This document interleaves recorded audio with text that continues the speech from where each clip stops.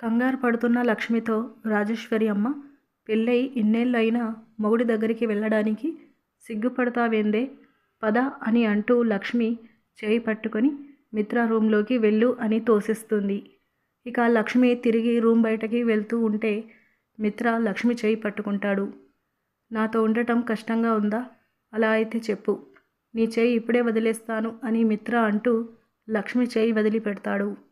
ఇక లక్ష్మి వెంటనే మిత్ర చేయిని పట్టుకొని, మీరు వదిలినా నేను వదిలిపెట్టను అని లక్ష్మి అంటుంది.